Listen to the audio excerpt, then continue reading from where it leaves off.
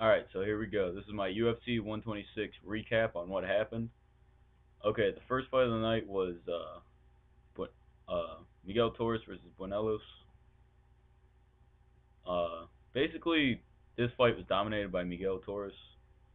It reminded me a lot of the St. Pierre Koscheck fight. It was really dictated by the jab, just continual jabbing, not too many different combinations, just lots of quick, straight flurries. Unanimous decision for Torres. Not the most entertaining fight. A lot of people were upset about it, but I liked it. It was pretty good. Second fight of the night, that was Jake Ellenberger versus Roche LaRocha. I don't know how to pronounce it exactly. I'm not trying to sound ignorant, but I don't. Uh, Ellenberger really he underestimated him, so I think he came in a little less conditioned than he could have been. That whole first round was completely dominated by Rocha. He almost submitted him. I don't know how many times. He was just tossing him around. Ellenberger was in a lot of trouble the whole entire first round. Second round, he starts to come back, started to beat him up, take him down, get back up, and just tried to keep it on the feet as much as he could. Tried to beat him up. It was really back and forth that round. It was kind of a draw. Then the third round, Ellenberger did some more of the same, kept it more at his pace, and took the third round home. Ended up going with a split decision.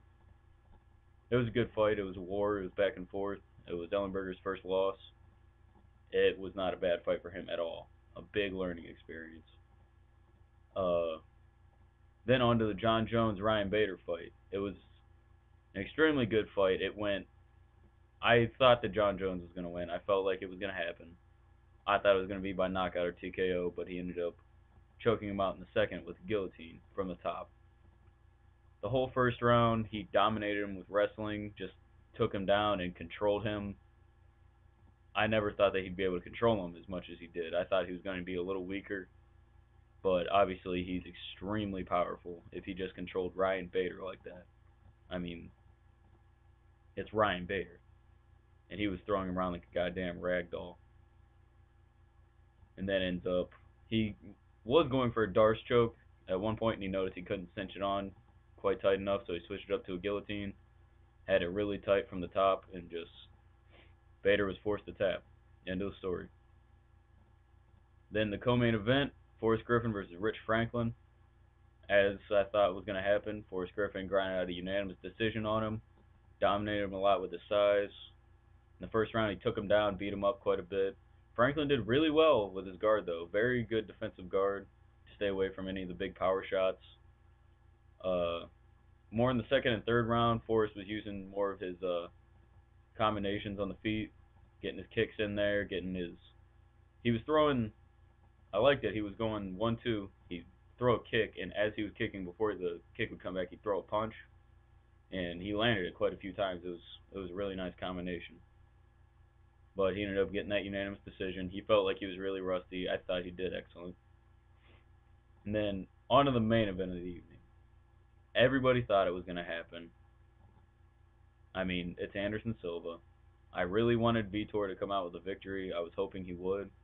But obviously, in this fight, we realize I don't think Vitor really has that explosiveness like he used to back in the first days of his fights.